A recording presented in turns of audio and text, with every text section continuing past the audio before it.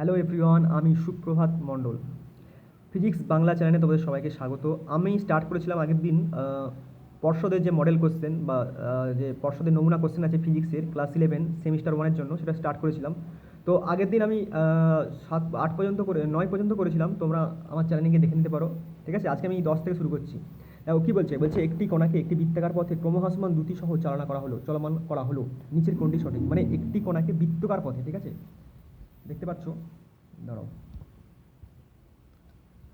দেখো বলছে একটি কণা আছে, ঠিক আছে, ধরো এটা সাপোজ একটা কণা, সেটাকে বলছে এটা একটা কণা, এই কণাটাকে একটা বৃত্তাকার পথে চালনা করছে। কি বলছে? ক্রমহ্রাসমান দ্রুতি। এটা ধরো বি ভি ছিল, এটা ভি মানে হচ্ছে দ্রুতি, এবং সেটা ক্রমশ হ্রাস পাচ্ছে, মানে নিচের দিকে ধরে নেই, মানে লো হচ্ছে, ক্রমশ হ্রাস পাচ্ছে। তাহলে কি হবে এখানে, কি পরিবর্তন হবে, বা কি ধ্রুবক থাকবে, বা কিছু কি ধ্রুবক থাকবে না, এটুকু মনে রাখবে। এখানে কৌণিক ভরবেগ কেবল ধ্রুবক থাকবে, এইটুকু মনে রাখবো। দেখো ভি তো কমছে বলে দিচ্ছে, মানে দ্রুতি কমছে বলে দিচ্ছে, তাহলে এখানে কি থাকতে পারে? কৌণিক ভরবেগ, ঠিক আছে। কৌণিক ভরবেগ কেবলমাত্র কৌণিক ভরবেগের কেবল দিক ধ্রুবক থাকবে, ঠিক আছে। কৌণিক ভরবেগ ক্রমশ এরকম ঘুরতেই থাকবে। তাহলে কি হবে? এই দিকটা ধ্রুবক থাকবে, দিকটা ধ্রুবক থাকবে। কার? কৌণিক ভরবেগ। আবার বলছি, একটা ক্রমহ্রাসমান দ্রুতি নিয়ে একটা বস্তুকে ঘোরানো হচ্ছে, ঠিক আছে, একটা বৃত্তাকার পথে। তাহলে এর মধ্যে কি চেঞ্জ হবে বা কি স্থির থাকবে? মনে রাখবে কৌণিক ভরবেগ কেবলমাত্র ধ্রুবক থাকবে। কৌণিক ভরবেগের যে দিক আছে, দেখো যখন কোনো কিছু ঘোরাবে তখন তো এই দিকে একটা কাজ করে, এবং এই দিকে একটা কাজ করে, এবং এই দিকে একটা কাজ করে, এই দিকে একটা টান থাকে, ঠিক আছে, মানে এটা হচ্ছে সেন্ট্রিপিটাল ফোর্স, এটা সেন্ট্রিপিটাল ফোর্স। সেই জন্য এখানে কৌণিক ভরবেগের দিকটা ধ্রুবক থাকবে, ঠিক আছে, এটা মনে রাখো। সেকশন বিতে আসছি, দেখো বলছে কি, বলছে একটা দাবি আছে, একটা যুক্তি আছে, ঠিক আছে, মানে একটা তোমাকে কথা বলছে, তার রেসপেক্ট একটা যুক্তি দিচ্ছে। সেইগুলোকে প্রমাণ করতে হবে কোনটা ঠিক কোনটা সঠিক, বা কোনটা যুক্তিটা ঠিক না দাবিটা ঠিক, না দুটোই ঠিক না দুটোই ভুল। কি বলছে? বলছে একজন লোক একটি উচ্চতা থেকে বালি স্তূপে পড়লে যে আঘাত পায়, সে যদি একই উচ্চতা থেকে সিমেন্টের মেঝের উপর পড়ে তবে তার আঘাত বেশি পায়। আর যুক্তি বলছে সিমেন্টের মেঝে কর্তৃক প্রদত্ত ঘাত বাড়ির স্তূপ কর্তৃক প্রদত্ত ঘাত অপেক্ষা বেশি। দেখো তুমি স্বাভাবিক জিনিস 11, তুমি একটা একটা জায়গা থেকে এখান থেকে ছাপ দিলে, ঠিক আছে, এখান থেকে ছাপ দিলে, ঠিক আছে, বালি একটা সিমেন্ট, ঠিক আছে, তুমি স্বাভাবিকভাবে ভাবো তুমি এখানে এখানে পড়বে, বালিতে পড়লে কী হবে? পাটার নিচে দিকে ঢুকে যাবে, স্বাভাবিকভাবে পাটায় আমি ঢুকে গেল। কিন্তু সিমেন্টে কী হবে? ওখানেই থাকবে, ঢুকবে না। তাহলে কী হবে? সিমেন্ট তোমাকে বেশি ঘাত প্রয়োগ করছে, বালি কিন্তু অতটা ঘাত প্রয়োগ করতে পারছে না এখানে। সেই জন্যই আমাদের পায়ে বেশি লাগে। যখন তোমাকে উল্টো দিকে ঘাতটা প্রয়োগ করবে তখন তোমার পায়েটা বেশি লাগছে, আর বালি অতটা ঘাত প্রয়োগ করতে পারছে না, তাই বালি ঘাতটা কম হচ্ছে। তাহলে দেখো কী বলছে, সিমেন্টের মেঝে কর্তৃক প্রদত্ত ঘাত বালি স্তূপ কর্তৃক প্রদত্ত ঘাত অপেক্ষা বেশি, ঠিক। এটা তো ঠিকই, আর এটা তো বোঝাই গেল পায়ে কোথায় বেশি লাগে? সিমেন্টে বেশি লাগে, বালিতে কম লাগে। তাহলে দুটোই ঠিক। তাহলে কী হলো? দাবি এবং যুক্তি উভয়ই সঠিক, এবং যুক্তি দাবি যথার্থ ব্যাখ্যা হবে, যে দুটোই সঠিক। এবং এই যে দাবিটা, এই যুক্তিটা এর জন্য ঠিক। বোঝা গেছে? তেমন একটা 12টা কী বলছে দেখো, 12টা বলছে একটি স্প্রিংয়ের স্থিতিশক্তি ও স্প্রিংয়ের সংকোচন বা প্রসারণের মধ্যে লেখচিত্র সরলরেখি। আর যুক্তি কী বলছে? একটি প্রসারিত বা সংকুচিত স্প্রিংয়ের স্থিতিশক্তি তার প্রসারণ বা সংকোচনে ব্যস্ত থাকে। দেখো 12, একটা স্প্রিং আছে, স্প্রিংয়ের মনে রাখবে K is equal to half K X square হয়, K is equal to half K X square হয়, ঠিক আছে, এটা হচ্ছে স্প্রিংয়ের সূত্র। আর হচ্ছে ইজ ইকাল টু ধরতে পারি স্থিতিশক্তি, ঠিক আছে, এটা তুমি ধরতে পারো, সরি এটা হচ্ছে ভুল বলছি আমি, এটা হচ্ছে ই এনার্জি, ঠিক আছে, বা শক্তি। আর যদি স্থিতিশক্তি ধরি, ইউ ধরি, সেটা হচ্ছে তোমার কি কে এক্স স্কোয়ার, ঠিক আছে, এটা হচ্ছে হাফ কে এক্স স্কোয়ার বা হাফ এম ভি স্কোয়ার ধরতে পারো, তুমি যা খুশি ধরো, হাফ কে এক্স স্কোয়ার, এটা হচ্ছে কে এক্স স্কোয়ার, ঠিক আছে। তো দেখো বলছে এখানে প্রথমে কি বলছে, স্প্রিং এর স্থিতিশক্তি ও স্প্রিং এর সংকোচন প্রসারণের মধ্যে লেখচিত্র সরলরেখি। বলছে এই যে সরল, এদের মধ্যে লেখচিত্র হবে, গ্রাফ হবে, বলছে এটা সরলরেখি, এরকম হতে পারে, যা খুশি। এটা কি দেখবো, সেটা আমরা ব্যাখ্যা করে দেখবো। দেখো এখানে ধরো কে এক্স স্কোয়ার, মানে কে এক্স স্কোয়ার মানে ইউর মান যা হবে এক্স এর মান তার ডবল হবে। ধরো এক্স এর মান 0, ইউর মান 0, এক্স এর মান 1, ইউর মান 1, মানে যে এই সূত্রে ফেলছি, মানে কে এক্স স্কোয়ার, তো ইউ ধরো এক্স এর মান 0, তো এটাও 0 হয়ে যাবে। এক্স এর মান 1 স্কোয়ার করলে কী হয়? 1 হয়, ঠিক আছে। 2 স্কোয়ার করলে কী হবে? 4 হবে। 3 স্কোয়ার করলে কী হবে? 9 হবে। দেখো একের মান যখন এক্স এর মান হচ্ছে 0, তখন ইউর মান 0, এই সূত্র, শুধু এই সূত্রের জন্য, এক্স স্কোয়ারের জন্য।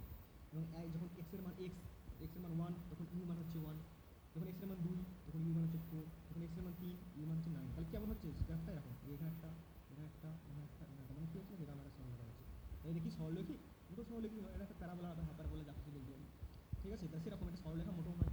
তাহলে কী বলছে এখানে? কী হবে? এই সরলরেখি, এই কথাটা ভুল, কিন্তু এই কথাটা ঠিক, কারণ এটা ব্যস্ত অনুপাতিক, এই জন্য বর্গের ব্যস্তানুপাতিক দেখতে পাচ্ছ, রুট ওভার স্কোয়ার বা স্কোয়ার, ঠিক আছে। তাহলে কী হলো, এখানে দাবিটা হচ্ছে দাবি ভুল কিন্তু যুক্তি সঠিক, ঠিক আছে। 12টি দেখো, এইটা হচ্ছে সবথেকে বেশি ইম্পর্টেন্ট কোশ্চেন। এখানে একটা কোশ্চেন থাকবে, এখানে কী বলছে 4 সেকেন্ডে কণা ভর্তি, তাহলে 4 সেকেন্ড কোথায়, 1 2 3 4, 4 সেকেন্ড এখানে পর্যন্ত আসতে হবে। কী বলছে কত অতিক্রান্ত দূরত্ব, মনে রাখবে যত সেকেন্ড পর্যন্ত বলেছি তত পর্যন্ত আমি এটা ক্যালকুলেশন করবো, আর যতটা ওপরে গেছে তত নেবো। দেখো এখানে ওপর পর্যন্ত কতটা গেছে, এখানে 10, এটা 20, তাহলে ওপর এটা কিছু নেই, এখানে 5 আছে ধরে নাও, আমার দরকার নেই, আমি ধরে নিতে বলছি 5, এটা 5, এটা 10, এটা 20, ঠিক আছে।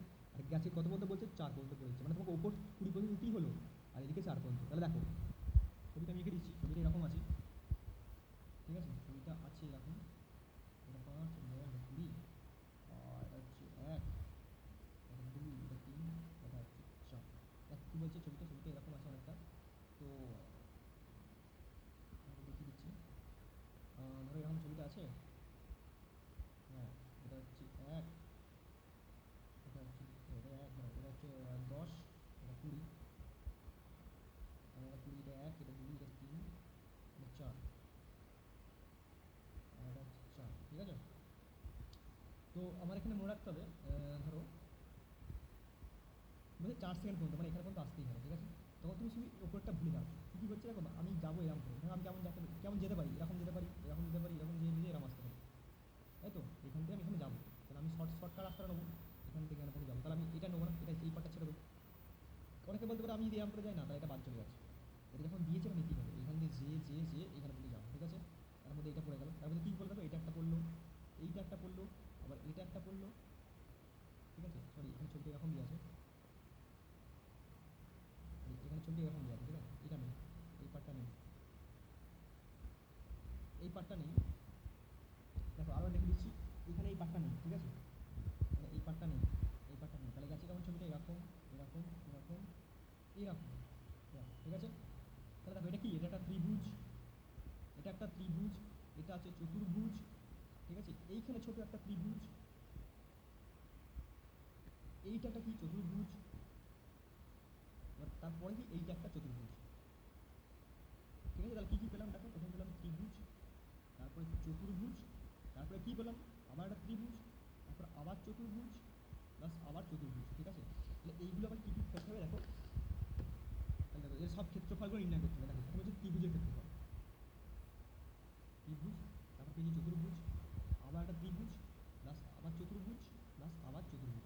তাহলে এটা ত্রিভুজ, দেখো ত্রিভুজের ক্ষেত্রফল কীভাবে নির্ণয় করে, হাফ ইন্টু ভূমি ইন্টু উচ্চতা।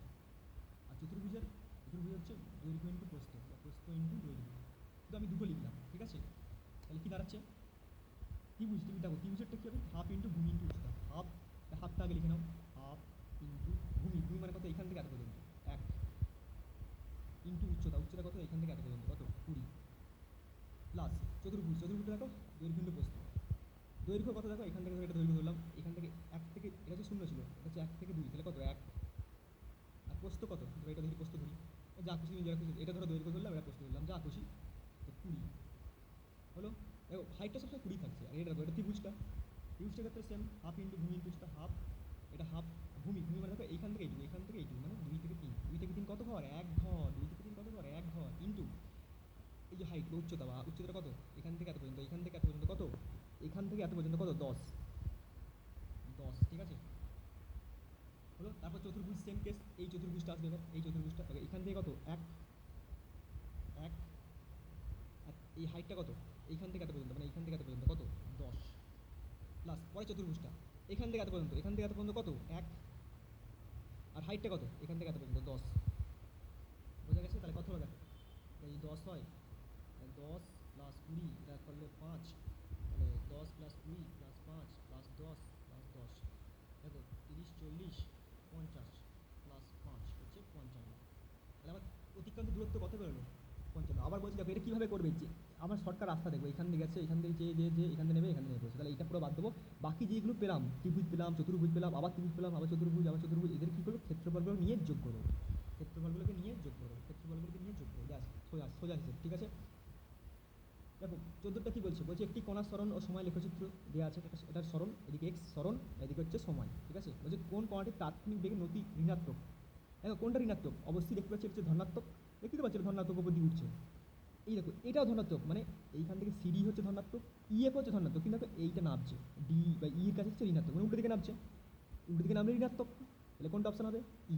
এ উঠছে মানে ধনাত্মক, এটা উঠছে মানে ধনাত্মক, আর এটা নামছে মানে এটা নামছে, তাহলে কি হবে? এটা ঋণাত্মক, মানে কোন অপশন কোনটা? ই।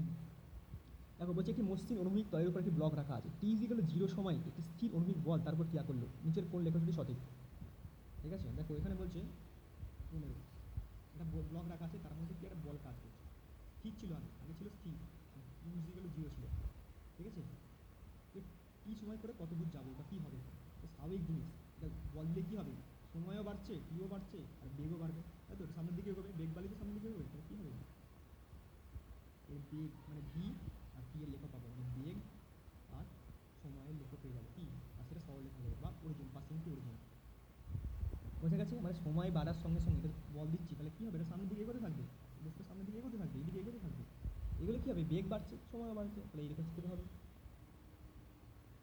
ঠিক আছে? এবার এটা কী বলছে দেখো, বলছে একটা দেখতে পাচ্ছ স্প্রিং, এটা হচ্ছে ভূমির সঙ্গে টাচ করা আছে, এটা 5 কেজি, এটা 2 কেজি, বলছে যখন এটাকে কী করা হবে? ছেড়ে দেওয়া হলো, ঠিক আছে, যদি ছেড়ে দিই কী হবে? 5 কেজিটা বড়, 5 কেজি নিচের দিকে নাম দিয়ে 2 কেজিটা কী হবে? ছোটো, ওপর দিকে উঠবে, 2 কেজিটা কি ছোটো, সেটা ওপর দিকে উঠবে, ঠিক আছে, বোঝা গেছে? তাহলে এটাকে আমাকে কী করতে হবে? দেখো এটা আমাকে করতে হবে কি, এই এদের ফোর্সগুলো বার করতে হবে, ঠিক আছে, এবং সেটাকে করতে হবে। দেখো 16 16 কী হচ্ছে, ধরো আমি যে নিচেরটা বলছি, এই যে নিচেটা এদের 2 কেজি আছে, ঠিক আছে, এটা 5 কেজি, ছোটো করে দেখাচ্ছি, এটা 5, এটা 2 কেজি, এটা ওপর দিকে উঠবে, এটা নিচের দিকে নামবে, তো 2 কেজি ক্ষেত্রে এন নিচের দিকে, উপর দিকে এন, নিচের দিকে এনজি কাজ করে, তো N equal to NG, N মানে কত, এফ মানে হচ্ছে 2, আর জি মানে হচ্ছে 10, তাহলে কত হলো? 20, এখানে কত হলো? 20, ঠিক আছে। তাহলে দেখো এইখান থেকে আমরা কী বার করবো?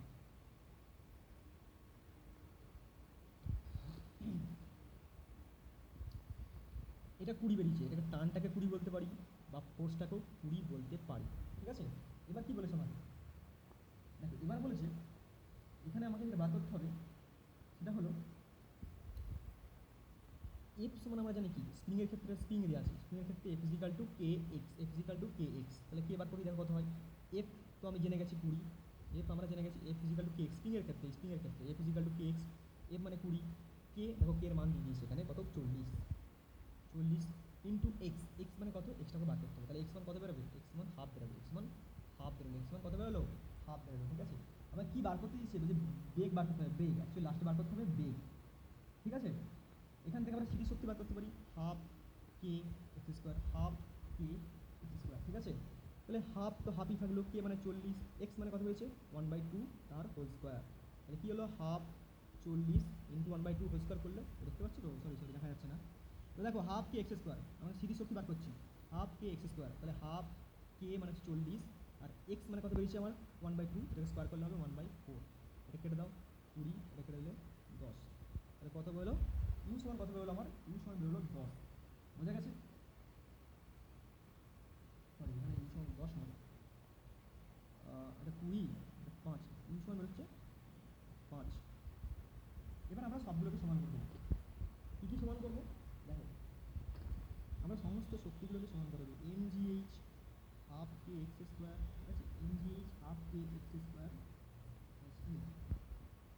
সরি এটা হবে half M half K U square plus U, M G H, M মানে হচ্ছে এখানে 5, জি মানে 10, এক্স, এক্স মানে হচ্ছে এইচ, এক্স বেরিয়েছে আমার হাফ, ইজিক্যাল টু হাফ, কে মানে হচ্ছে 40, আর ইউ মানে হচ্ছে এটা বার করতে হবে, প্লাস, আর যেটা ইউ বেরিয়েছে সেটা হচ্ছে 5, ঠিক আছে। এখান থেকে আমি ভিটা বার করবো, এখানটা ভি থেকে বেরোবে আমার 8, ঠিক আছে, ভি স্কোয়ার সমান 8, আর ভি হবে 2√2, ভি হবে 2√2, অপশান হচ্ছে বি, ঠিক আছে।